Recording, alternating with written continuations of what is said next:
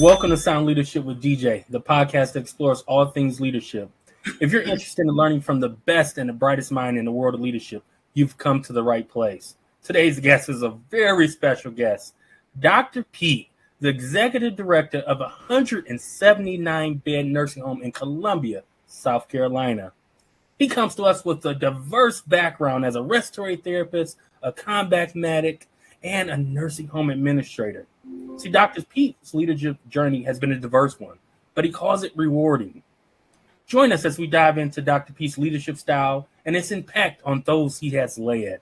From his early days as a combat medic to his current role as an executive director, we explore the path he took to get where he is today and the lessons he's learned along the way.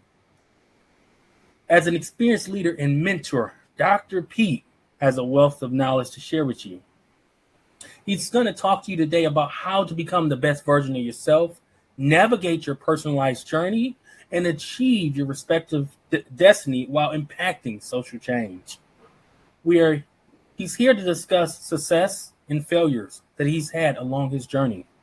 So whether you're a seasoned leader looking to sharpen your skills or just starting out on your leadership journey, this episode will have something for you. So buckle up and get ready to be inspired, motivated, and empowered to be your best leader with Dr. Pete on Sound Leadership with DJ. Welcome, Dr. Pete. How are you doing today? Hey, I'm doing well. How you doing? Hey, man, I am excited to have you on. This is one of the most exciting interviews I've had in a long time, so I am excited to talk to you about all things leadership. Awesome. Let's dive right in, right? Who is Dr. Pete? Dr. Pete, wow. I tell you, this journey has been a long one. First of all, I'm Haitian American. My parents are from Haiti. I was actually born in New York, raised in New York, and after leaving high school and left to Florida and joined the military, he began. Okay. So it's great.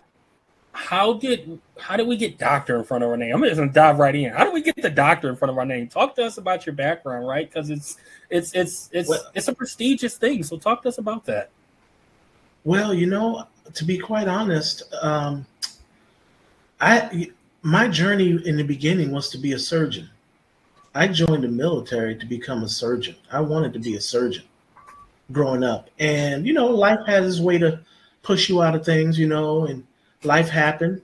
I went to war, came back from war. I had several deployments, and I think the most pivotal part of my life was when the relationship with my wife didn't work out and she left. And I made a decision there. I was like, do I continue the path to become a surgeon and pretty much be an absentee dad? Or do I go? I am already fulfilling a good life as a respiratory therapist. Do I move forward and become a respiratory therapist? My other passion was always to lead others and to motivate people. So it was always innate in me to do that. Wow. But a really fun story.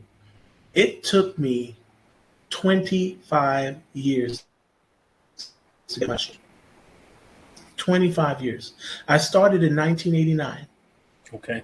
And it was from that experience that I'm actually penning a book called The Power of Movement: Purposeful Strategies to Achieving Your Destiny. Wow. And it all comes from my experience, my tenacity, my perseverance to make that degree happen. I took one class here, one class there, one class here, one class there.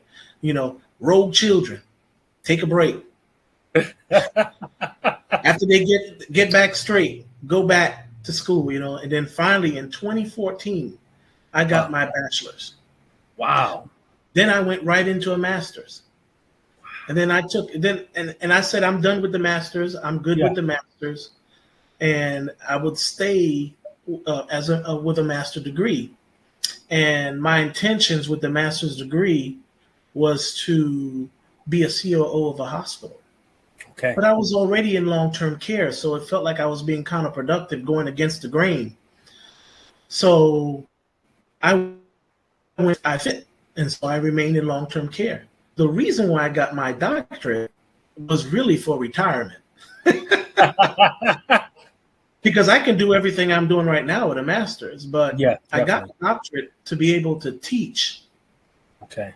when I come off the job full time, that I would be able to have a job as a professor or an adjunct professor. Yeah. So as we dive into leadership and what leadership means to you, um, how did you get into leadership? Right, you've kind of walked us through your journey, your degrees, right, and how you got to your doctorate. How did you get into leadership? What drew you into leadership? Started in the Army. Okay. It really did. I was a specialist in the Army. Well, you start out as a private and you become a Okay. PFC, E3. Then I became an E4. And then something happened. My sergeant made me a corporal. Wow. That means I'm still an E4, but now you're in charge. I want you to be in charge of these guys. And so now I'm in this world of leadership. It was a very difficult role because I was now leading my peers that I went out, partying and having a good Yes. time with. I'm telling them what to do. And, it was a little rocky at first, but it was a very valuable lesson for me on making that transition. That's when the transition happened in the military where I became a leader, albeit I was a young leader, still knuckleheaded, and then I became a sergeant, still knuckleheaded. Yeah. Yeah. But that was the foundation of where I started as a leader. But it didn't get perfected, and it's still in this. You're constantly perfecting yourself. It's a lifelong journey of learning. That's Yeah. the true leader. True leader is always learning, Wow. always adapting, always learning. And so, but I've come to a place where my leadership style and how I lead motivates and captivates and galvanizes people to move towards a goal and achieve great results. So, Wow. Wow. And that's what's important, right? Because leadership is not a dictatorship. And no, I think you hit the nail on the head, right? Your leadership style motivates people. You inspire people. But I'm sure, like you said, you weren't always there. You used that term knucklehead, right? That was the term that you used. So, how do you continue to grow and evolve your skills as a leader? How are you doing that? I have a mentor. Hold I on. Dr. Pete has a mentor? absolutely, absolutely. Wow. Don't underestimate the power of mentorship. It's when I think a lot of times I always go back to the Bible. You know, I remember in the Bible where Jesus says, "Except a man be under another man's vision, who will give him his own?" So there is a space where you learn under somebody else and grow and have the blessing to move on as you when you perfect that which you need to perfect. So I use that same type of concept in my leadership journey in terms of growth. So, but I do have a mentor, and I do mentor a lot as well. But Wow. what really, and I'm always learning. Look, a book here called Soar. I got a book here called Mindset. You Wow. know, always Wow. feeding the mind. Learning. Wow. That is Always feeding the mind. amazing. So, how do you find time to continue to perfect your leadership skills when you're leading an organization? As I said in your intro, right? You oversee a 179 bed facility. You are an executive director with, I can't even fathom how many employees you have reporting to you. So, how do you have time to kind of support your mental health and grow as a leader, but also pour into others, right? 130. Get you more. But tell me, how do you I how do mean, I you mean, I mean, 130 employees, that's 14, huge, man. So 14 how do you directors. pour into them? 14 direct. Talk to us about the secrets. So, at the root of being a leader is a beautiful word called influence. The power of influence can go a long way. If you want to be a good leader, master the art of being an influencer. Because if you can influence, what does it take to influence people? Communication. It takes communication. It takes leading by example. You know, it takes encouraging, being an encourager. You know, those kind of things are very important in that. Empowering them, seeing the strengths in your team, emotional intelligence, identifying their emotions in that social dynamic called the team. Where are your strong points? Where are your weak points? That's where appreciative inquiry comes in.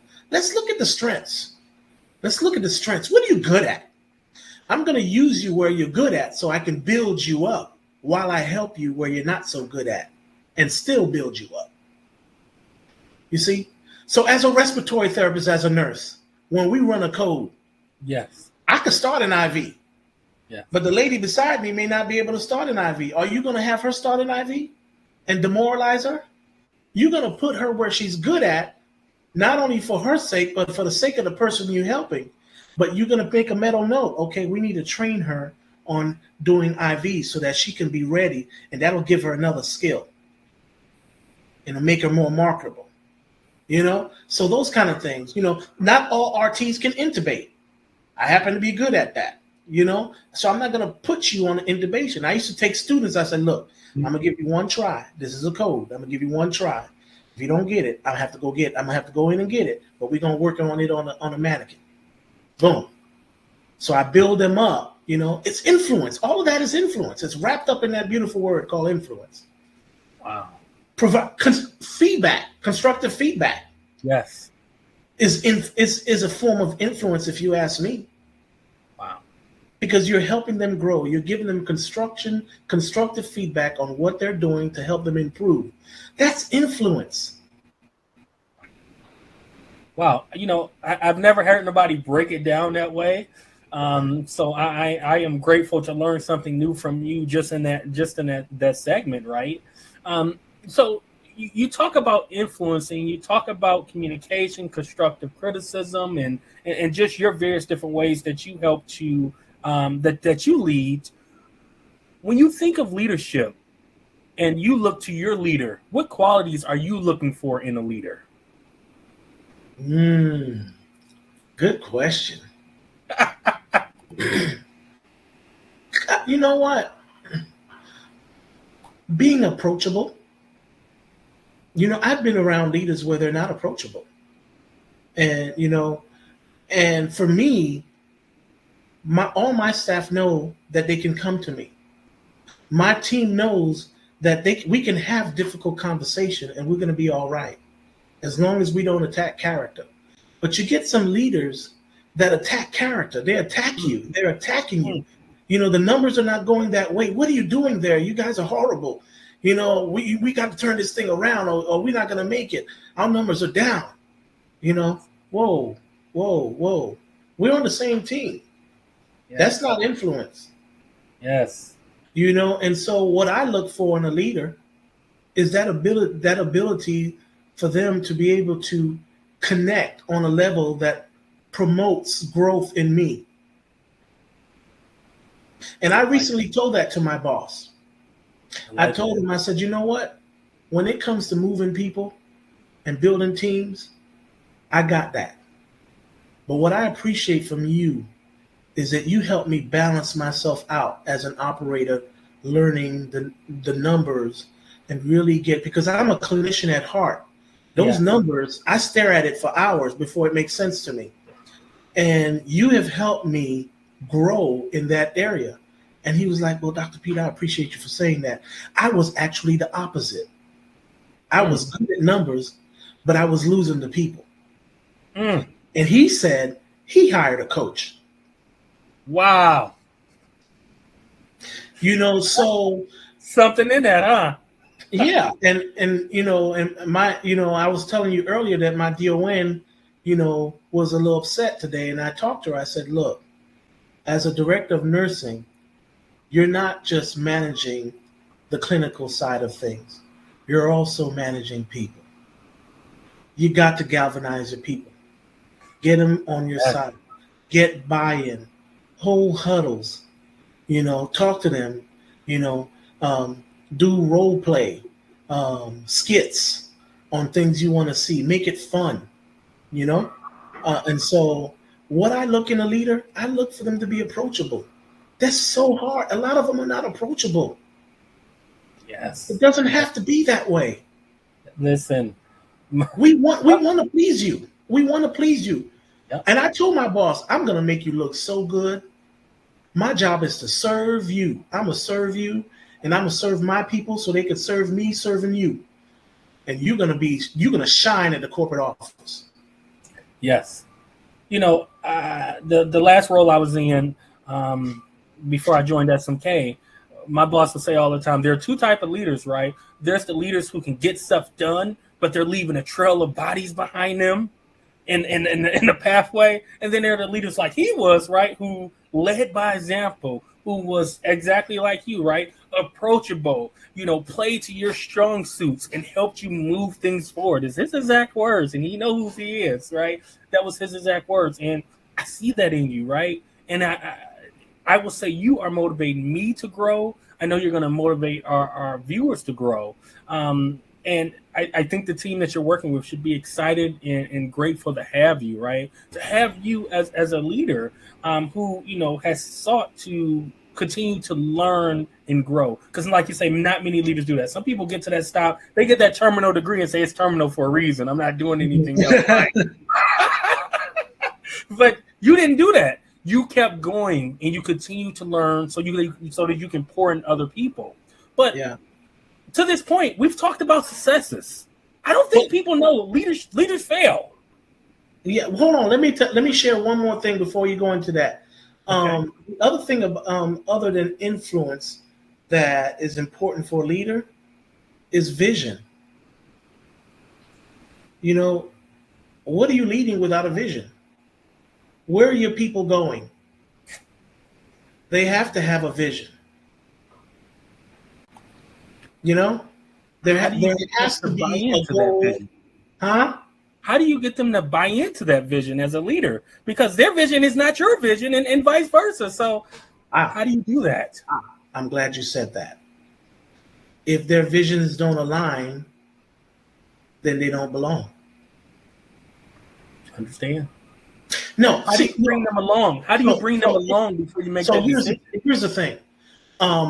When you come and you apply to a job, right? We bring you in.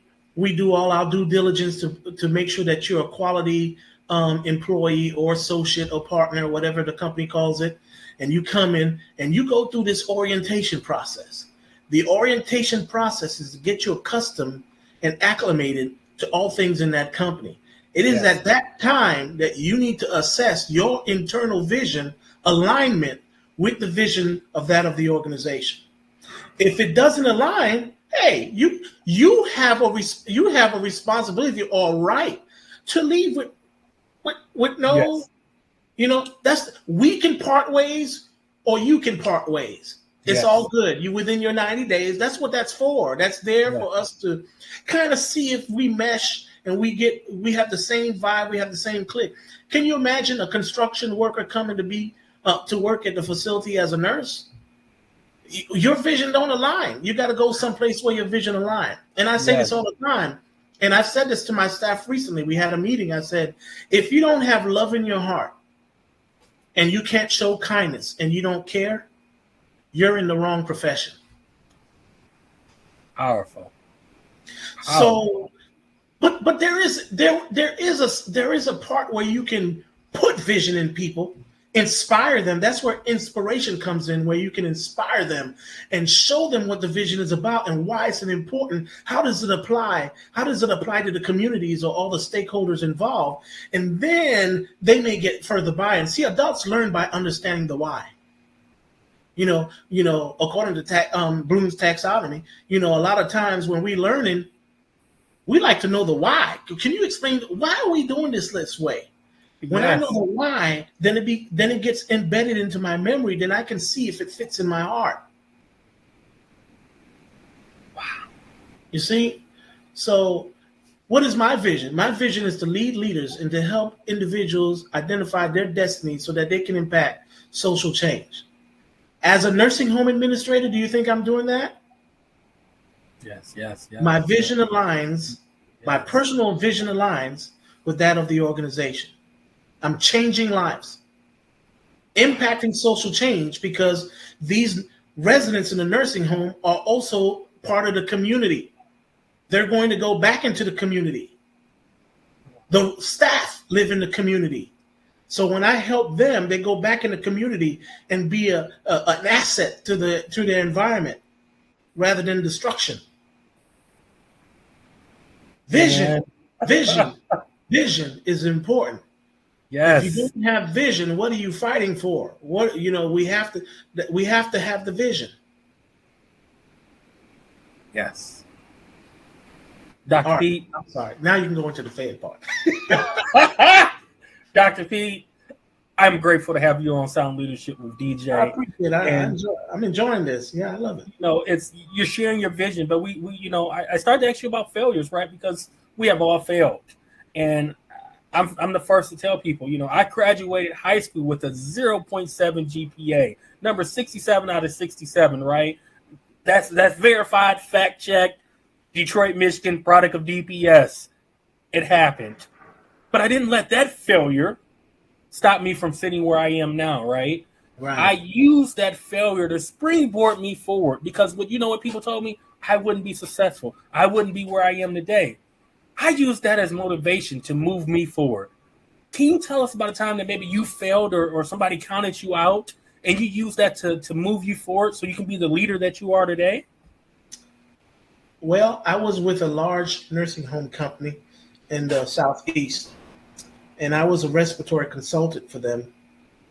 And I thought, I can navigate being in the nursing home industry if I can get my nursing degree.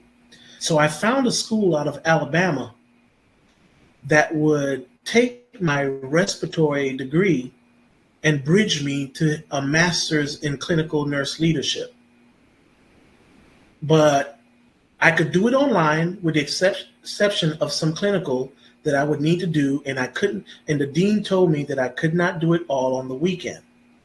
So I went to my boss and said, "Hey, I found a school that would allow me to get my master's in nurse clinical leadership, so I can really be a part of this organization and really navigate the organization.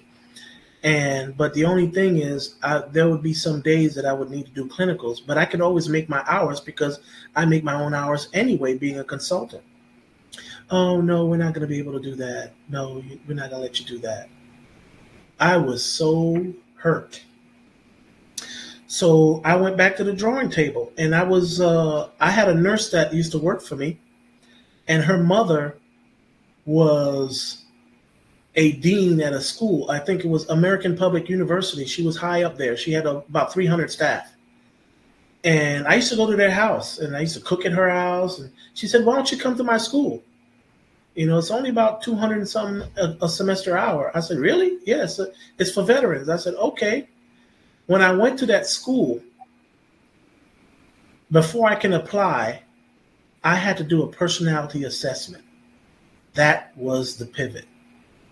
I did a personality assessment, and based on the personality assessment, it sprang out a bunch of jobs based on my personality that I would qualify for, Wow. that I should get a degree in. And then it also attached the salaries, statistical analysis with the salaries in the areas. And I slashed off everything that was less than what I was currently making. And I was left with CEO, COO, occupational therapy, professor. You know, I had a lot of leader qualities because of Yeah. my ability. Because I was I'm a very much a people person. Yes. So I ended up taking it and doing it and excelling, and that's the pivotal. So I use that perceived failure, and then here's the other thing: to find out she didn't have a degree. So she tried to block me, but I still got my master's and I still work for her. It's not about having the higher degree. It's as long as you have the right people on your team, no one's looking at, a Yep. degree. We don't, we just want to we just want to serve. And so I challenged South Carolina and got my nursing home administrator, and I presented to her, and she was shocked. Wow. So, yeah, I've been busy. Wow. And here's my resignation. Wow. That's powerful. And And it, and the it and shows your the tenacity. It Mhm. shows your tenacity, your strength, and your willpower. And we have a lot of viewers that's going to watch this that needs that motivation and they need that guidance and need that little push that you can bring and that you can give from your story. So what would you say to some of my viewers who are aspiring leaders who are scared of failure, right? Because we talked about failure. What would you say to those aspiring leaders or people that maybe want to get into leadership, but they don't think they can lead people or they've been told they can't lead? What would you say to them? First of all, failure offers you an opportunity to learn. A lot of times people view failure as bad. When you think about Toyota Kata, there's no such thing as failure in Toyota Kata when we talking about quality improvement. It's always about what can we do to make it work. If this didn't work, what can I do to make it work? But sometimes we're not aligned with what we're naturally good at, and we try to do something outside of our element. So, and I recently did a video on that. I was like, if you want a key to what you're really good at, sometimes you need to go back and check your family. What's your mama good at? What's your daddy good at? What are you naturally good at? Are you a people person? Are you a talker? Are you a crafty person? Are you artsy fartsy?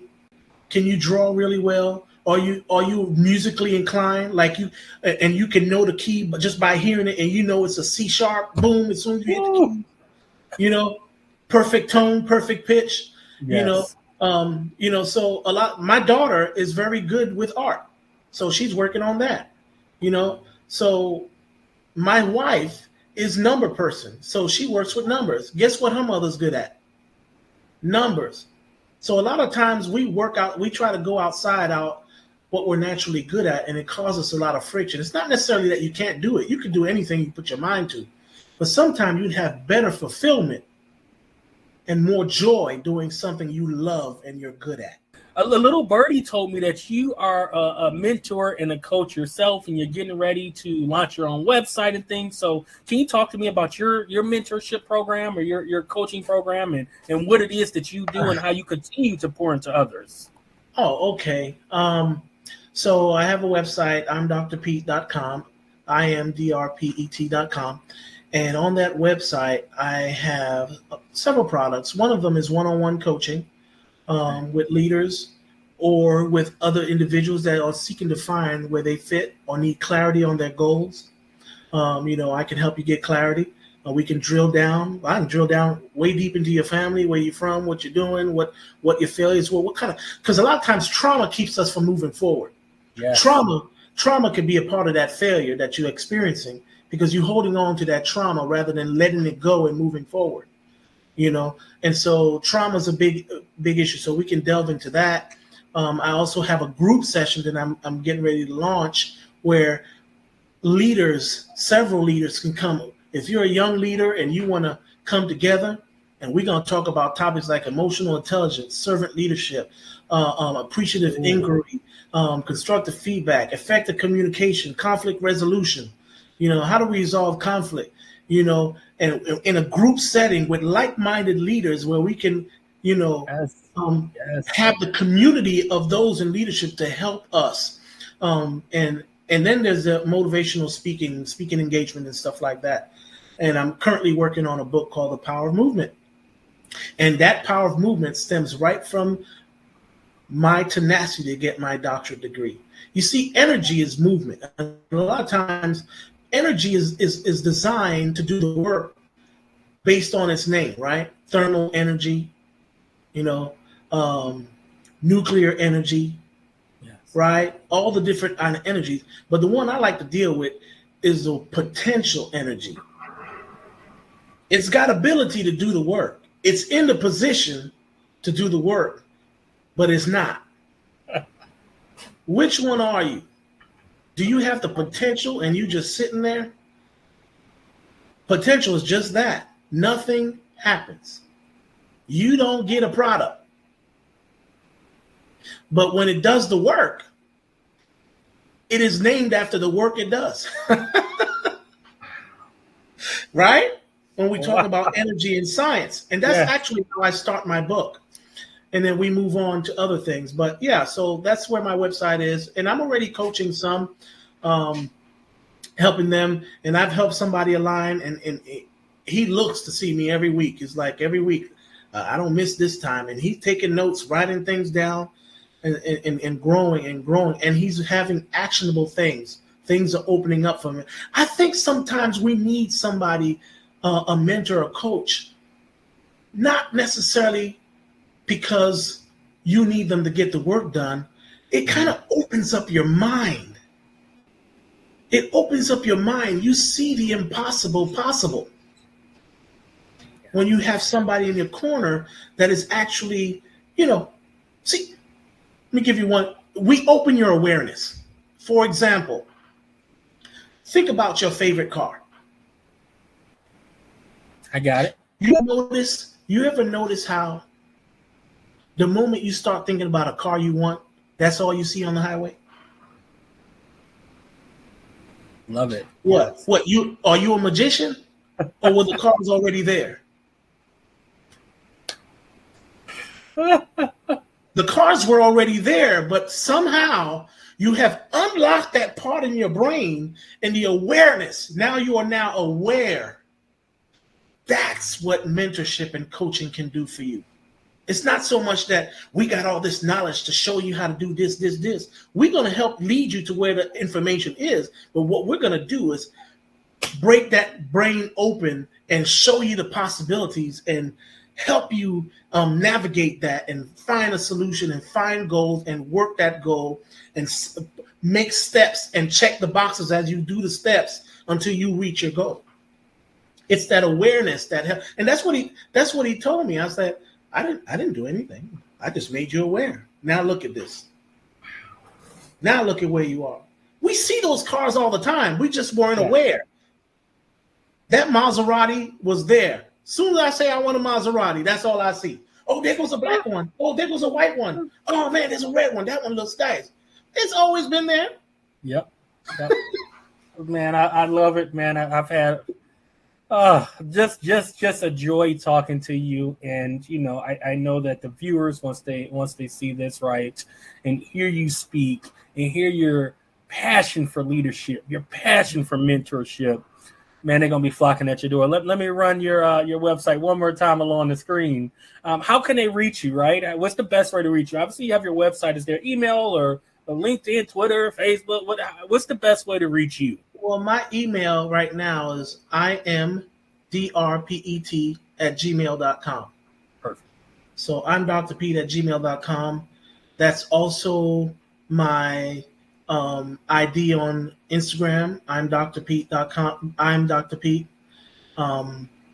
That's also my handle on YouTube. I'm Dr. Pete.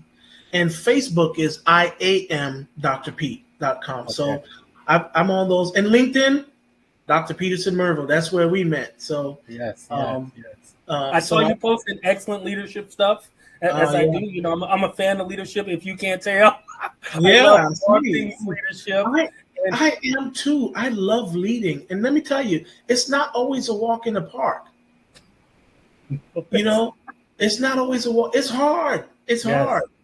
But, I love it. I enjoy moving people. I enjoy getting to do. You know what I like? I like when they get that spark when they've done a good job. Yes. I love it. Today was the first day we were out of masks.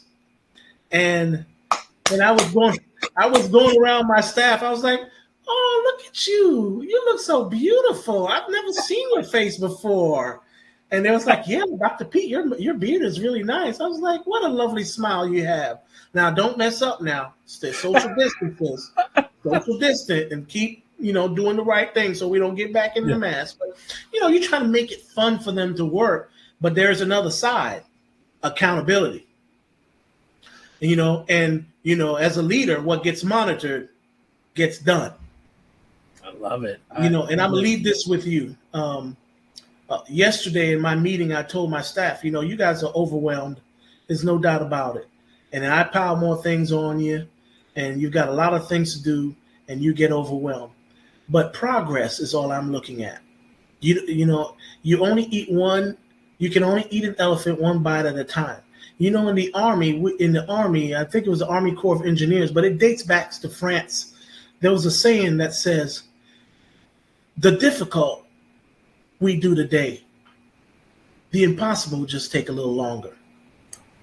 Listen, I am a fan. I am a fan. I am a fan. I thank you for really coming on board and speaking to the audience. And I thank you and the viewership, right? Thank you for joining us here on Sound Leadership with DJ. We hope you gain valuable insights and inspiration from our dear conversation with Dr. Pete. If you'd enjoyed this episode, please like and subscribe to our social media page. You can follow us here on YouTube and on LinkedIn at Sound Leadership with DJ. And you can follow me personally at Your Healthcare Consultant on Instagram and TikTok. I want you to remember this, right? Leadership is a journey. It's not a destination. Dr. Pete has told us that. So I want you to keep striving to learn and grow and never give up on your goals.